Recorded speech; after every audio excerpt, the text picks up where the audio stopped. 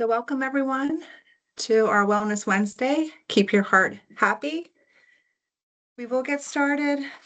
Just a little disclaimer before we start today's presentation. This information is being provided to increase your awareness. It's not intended to be medical advice. So if you believe that you may have any medical condition or have specific questions regarding your health, see your physician. So welcome, and thank you for joining today's session. We're focusing on heart health and how we can make the heart stronger and healthier. In this session, we're going to cover why heart health matters, some basics about the heart, strategies to keep your heart healthy through different areas of well-being, both physical and mental, and share resources to help you stay well.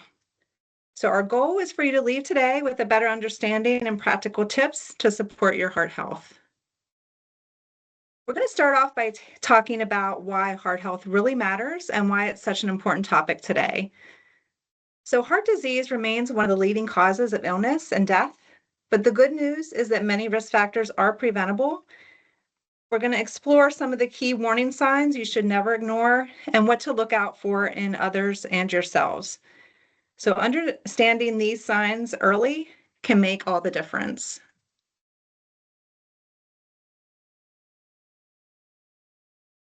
So let's talk about why heart health really matters. So your heart is that engine that keeps your body running. It delivers oxygen and nutrients to every cell, supporting energy, brain function, and overall well-being.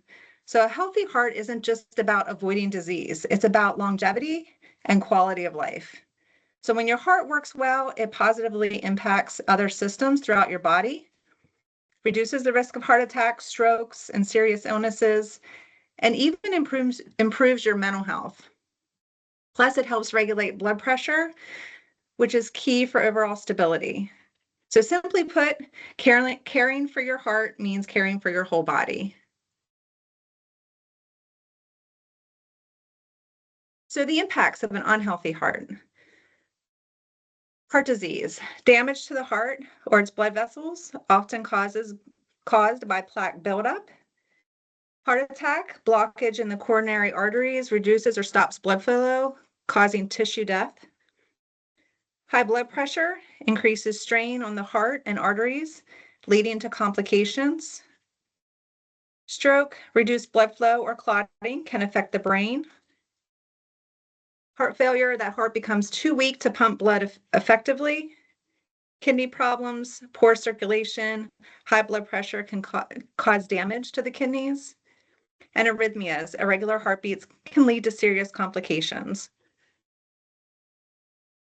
So what is a heart attack? It occurs when a blockage in one or more of the coronary arteries reduces or stops blood flow to the heart.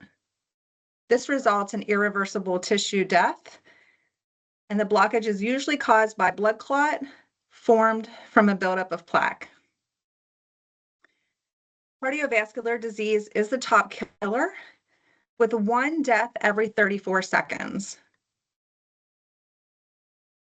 919,000 plus Americans died from cardiovascular disease in 2023. Approximately 805,000 heart attacks occur each year.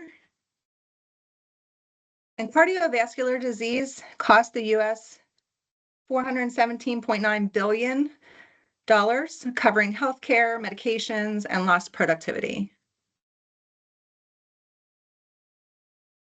So the warning signs of heart attack. The most common symptom for both men and women is chest pain, but it's important to know that many people experience less obvious signs. So the heart pumps blood to the brain, lungs, body. It's a muscle that squeezes, contracts to pump the blood. When it relaxes, it refills with blood. To do this, the heart muscle needs a constant supply of oxygen. Oxygen is supplied to the heart muscle by blood vessels that wrap around the surface of the heart. So it's important to know those warning signs of a heart attack. So for men, the key symptoms include squeezing chest pain or pressure, pain in the jaw, neck, or back, shortness of breath, nausea or vomiting. For women, those signs can be a little more varied and sometimes harder to recognize. They include chest pain, though that's not always present, pain in the jaw, neck, or upper back, pain or pressure in the lower chest, shortness of breath or discomfort in the upper abdomen, nausea or vomiting, fainting, indigestion, and extreme fatigue. So the takeaway here is that symptoms can look different from men to women, and they're not always dramatic. If you or someone you know experiences these signs, it's important to seek medical attention immediately.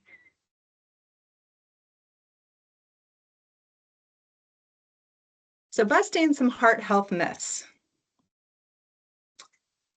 The myth, heart disease runs in my family, so I can't prevent it.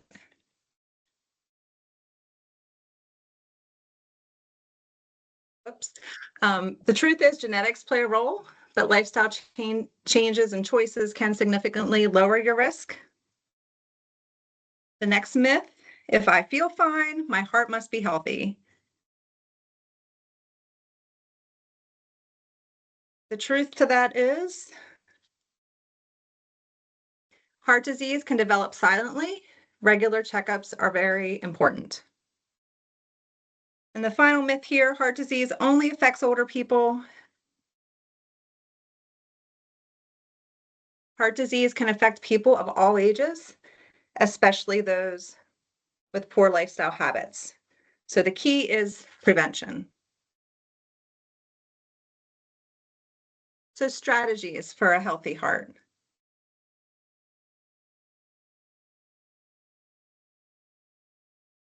Taking control of your blood pressure.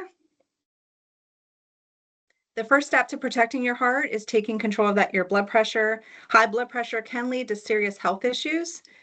The good news is there's some practical steps you can take. On this slide, you'll see some key strategies. So eating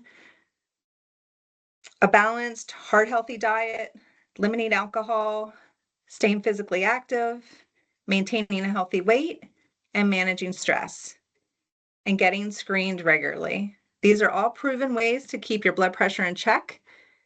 And we're going to dive deeper into each of these in just a moment. So the primary way high blood pressure causes harm is by increasing the workload of the heart and blood vessels. It makes them work harder and less efficient. Over time, high blood pressure can lead to complications, including heart failure, heart attack, kidney failure, and stroke. For some people, high blood pressure can be controlled with lifestyle changes, such as a heart-healthy diet, low in salt, weight reduction, regular exercise, limiting alcohol. Other people may require medication in addition to those lifestyle changes to lower their blood pressure. Blood pressure is the measure of force of your blood pushing against the walls of your blood vessels. It is the result of two forces. So as you know, you've probably seen it. There's two numbers there. Maybe you wondered what they were. But that top number is the diastolic pressure. That's the pressure your heart exerts when it's beating. And that bottom number, the diastolic pressure, is the pressure in the arteries when the heart is at rest or in between beats. So uncontrolled high blood pressure is a risk factor for heart disease. It results in the hardening and thickening of your arteries and narrowing those blood vessels. It is called a silent killer.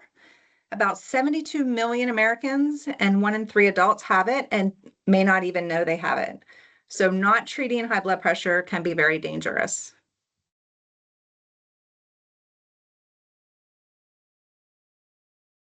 Moving for a healthier you. So we should aim for at least 150 minutes of moderate exercise per week and include strength training twice a week. Start by easing into your routine. Don't feel pressured to do everything at once. Schedule it like an appointment. So block time on your calendar, just like you would for a meeting.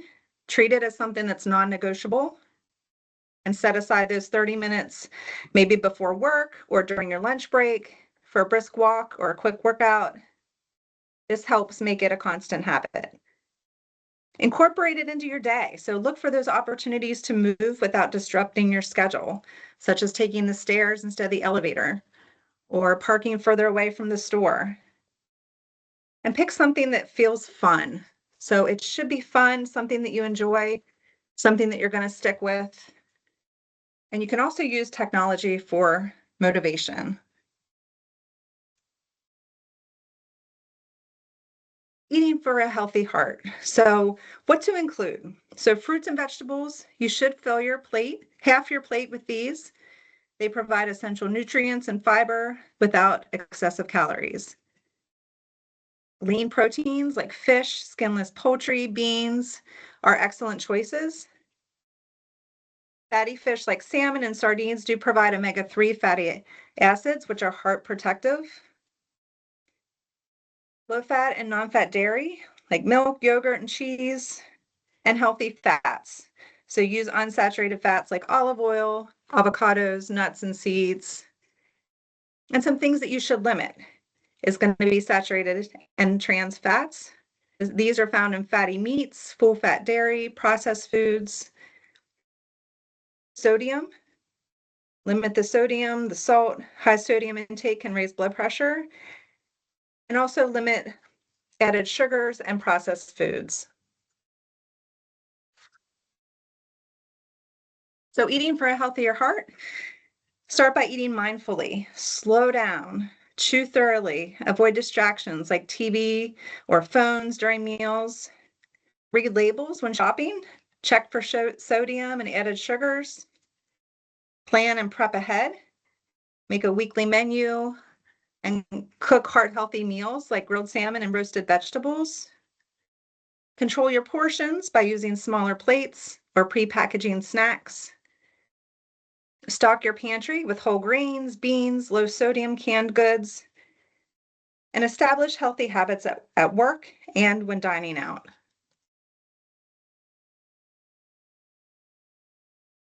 Well-being tips. So stress, anxiety, and poor sleep can affect your heart health and increase your heart disease risk.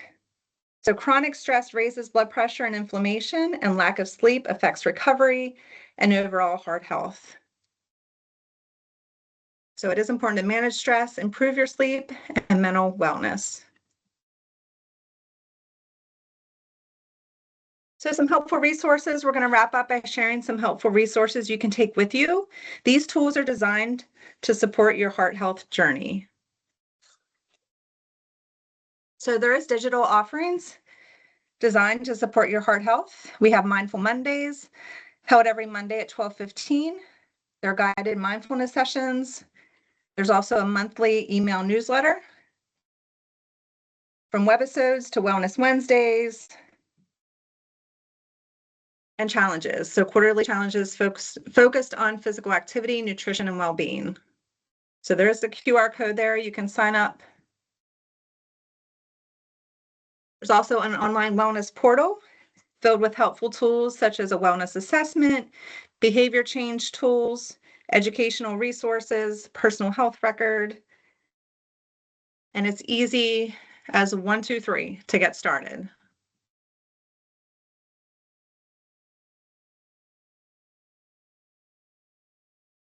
There's also health coaching.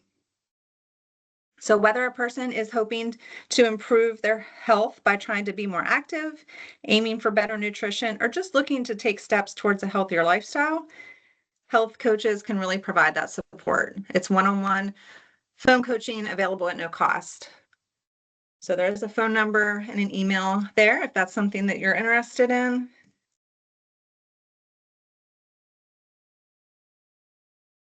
And then also Neighborly.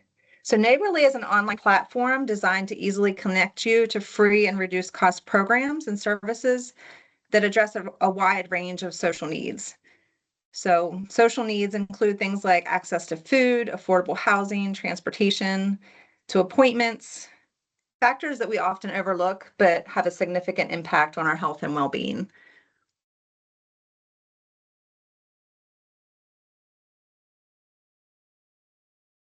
These are the references from today.